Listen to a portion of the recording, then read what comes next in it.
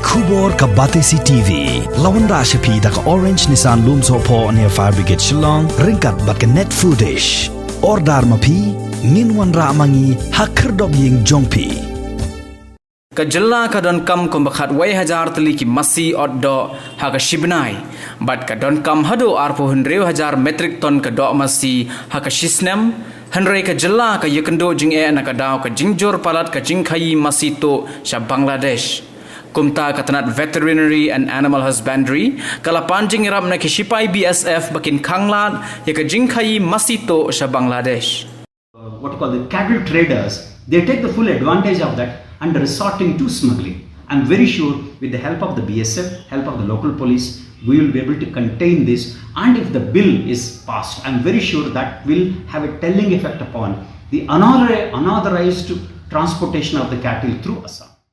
We will be requesting the BSF to tighten the whistle and identify the weak points where the smuggling of the cattle take place. The chances of smuggling is higher, especially the riverines area where there is no fencing. That is the most potential areas. We will be requesting the BSF to increase the whistle on that in that area. I'm very sure the BSF as well as the local police will help us in prevention. Katkum ka jinglom jingkhen jong ka Jylla laong bana ka Jylla la jong la banyo Masi tangkum basaw Hajar Tylli ha ka Shibnai kat bakum bahanyo Hajar Tylli tampat haban shanya ne ki Jylla ki bana sabar kum ka Assam, West Bengal, Bihar, Uttar Pradesh bat na ki way pat ki Jylla. One way this bill, the proposed bill will verify how many cattle are passing through the state of Assam. Not only to Meghalaya, maybe they are going to the Mizoram. So that way, every cattle which bought from outside Assam, passing through Assam to the different states in Northeast may be accounted for now. Because there has to be a transit pass given by competent authority. The Animal Husbandry Department will not give the transit pass unless the trader is legitimate trader, registered with us, known to us, and declare how many cattle he or she wants to bring. Fair enough. You have a valid point. Yes, it will definitely have a impact on controlling the smuggling of the cattle, which will be beneficial to the state. Ours is the beef eating state. It's our culture, it's our habit, it's our tradition. There are no vegetables available here. In fact, vegetables are very expensive. The meat is the cheapest meal available to the locals. So I respect the local sentiments, I respect the local food habits. Principal Secretary in charge Veterinary and Animal Husbandry, GHP Raju, Ulaong bagani katanat kalasong perkhat halor gani ka benta, bat ki Sipay BSF, bat kumjuru, bat ki Superintendent of Police Jongki District bapher, bat penklan ya ka jing pahara, hakitan kapot. Duty bound to seize any cattle suspected to be for the smuggling purpose. So once they seize the cattle, they hand over these cattle to the local police. The local police, that is say Bagmara police and the Bagmara district veterinary officer are responsible for taking care of the cattle. So we immediately engage the local laborers, the daily wages. We create a confinement zone. All these seized cattle taken over by this is called the district level committee headed by the DC. SP is the member. Local district veterinary officer is responsible for the welfare of the seized cattle. Now nearly as per the latest figures provided by the BSF, nearly 440 cattle are seized and handed over to the local administration, including Jowai, South Garo Hills, West Garo Hills, the districts. The data is available. So these cattle, what the Animal Husbandry Department, how they dispose these seized cattle. First we check their health, and if there are any sick or suffering animals, we give the treatment. Once they are fit for travel and transportation, we approach the Good Samaritan NGOs who are there. There are a lot of NGOs who want to adopt the cattle, and they take care of the cattle. This is one immediate disposal, like Goshala are there. Some NGOs are coming forward. The second one is we have requested our agriculture department Agriculture Department of Meghalaya has huge requirement of the gobar, that is the cow dung, for agriculture purposes, because they conduct a lot of research. All these agriculture, the farms of the agriculture department, now they are adopting the seized cattle. So they will be handed over formally to the agriculture department for grazing purpose, for cow dung purpose. So all the seized cattle are accounted for. Their health is taken care by the DVO of the respective district, and either NGOs taking care of the animals or agriculture department, they slowly take over these animals. Till such time it is the responsibility of the animal husbandry department. What is the impact of the Assam cattle preservation bill? I don't know whether it is enacted, the act is passed by the assembly or not. We got the draft bill.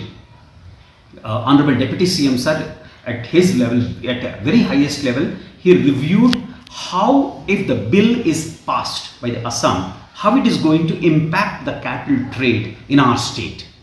So we were very thorough with the provisions, especially section 7 of the proposed bill relates to the trade actually. The trade of the cattle both from Assam through Assam. It has two components. Suppose I want to buy cattle from Assam. There is no ban. Any of our farmer can go to Assam and buy the cattle and bring it to the state for two purposes. One is the domestic purpose. I want to keep the cattle, like my domesticated. Second is for agriculture purposes. So anybody who is buying the cattle from Assam have to show the reason why are you buying. Assam government says that, okay, as per this bill, I don't know whether the bill has come or not, but the bill provision says that you have to have the regulation in place to regulate the slaughtering. So as of now, there is no regulation in place in our state which regulates the slaughtering of the cattle. What they are telling is you can buy the cattle for slaughtering purpose provided the state has this slaughtering policy.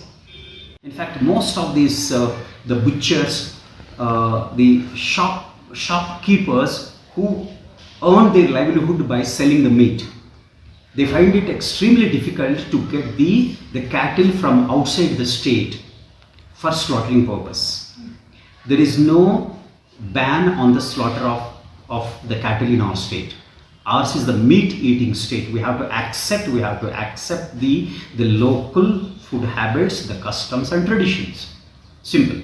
So here there is an acute shortage of the supply of the cattle to our state, both agriculture purposes as well as for domesticated purpose and slaughtering purpose. We have calculated what is the total beef requirement in our state over 1 year, for example. Nearly 26,000 metric tons of beef is required per annum in our state. We take roughly around 5.5 lakh households in our state, 46 blocks. Out of that, nearly you take around 4 lakh households are the beef eaters. Taking into other local the food habits into account. So 4 lakh households, they consume roughly around 26,000 metric tons of the beef in our state.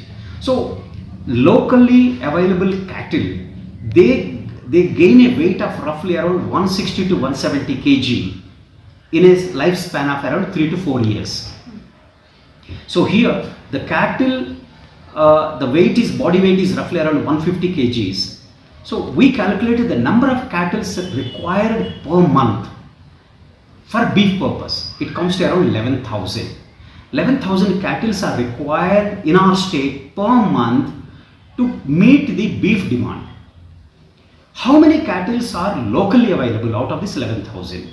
So around 4,000 cattle are locally available for the beef purpose. So the remaining 7,000 have to come from outside, either from Assam or from West Bengal or from Bihar or the UP. We have these cattle traders who are into cattle trading. It's a legitimate business. They are authorized, the traders who buy cattle from Assam, from other states, and bring them to Khanapara cattle market, where from there it is distributed to various. But when it comes to the smuggling, we got to know that unaccounted number of cattle are brought to Meghalaya with the aim of smuggling outside our country.